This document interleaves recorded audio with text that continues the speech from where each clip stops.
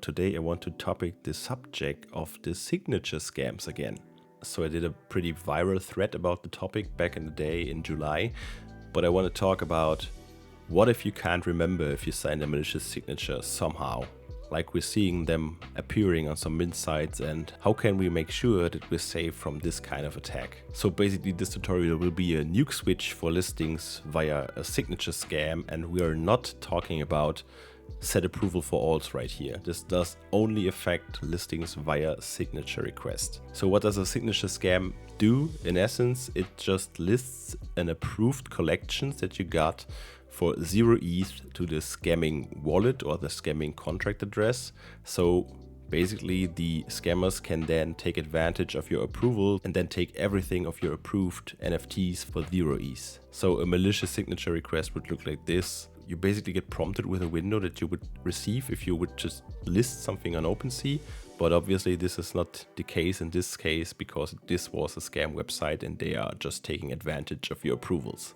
And yes, as you can see in this screenshot, it's possible to have one transaction steal multiple collection NFTs with a signature request scam. So what can we do about it? We could revoke all permissions forever and let them stay that way, like we are never having open approvals, which is, I think, unlikely in the NFT space. Or we could use this solution, suggested by ZeroH, who actually is the main dev of the Seaport protocol. Thanks for that, man. And this feature is called incrementNonce or incrementCounter. To use this feature, you would go to the OpenSea Seaport 1.1 contract, and here you would click on contract and then on write contract. Then you would be navigating down to find the function called incrementCounter, and if you click on that, it tells you what it does. It cancels all orders from a given offerer with a given zone in bulk by incrementing a counter. Note that only the offerer may increment the counter. Return is the new counter. So before we connect our wallet here to check it out, what does this actually do? Simplify, one could say this will increment a nonce, which is a random number that is only used once to prove that data submitted only exists once.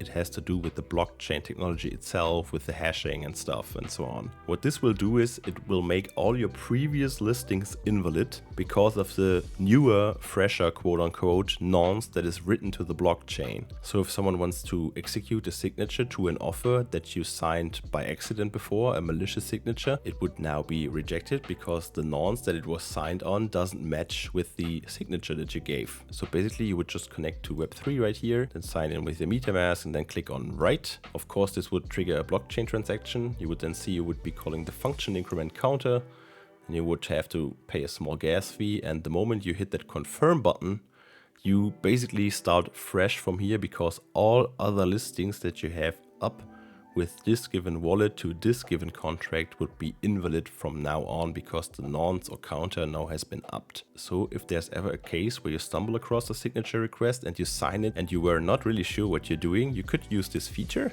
or you could just use it and start fresh from here basically and don't worry about any signatures that you gave out in the past.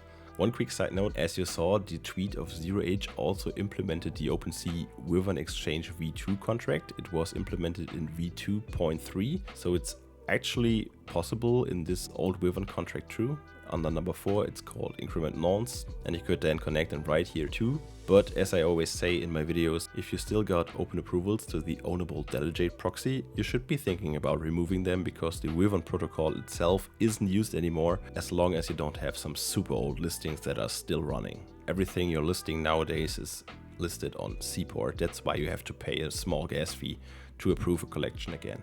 Special shout out from my side to the author, ZeroH. As I said, you helped me tremendously, man. And also a big shout out to 0x Just a Dev and 0x Quit, who both helped me by explaining a bit what this stuff does in general.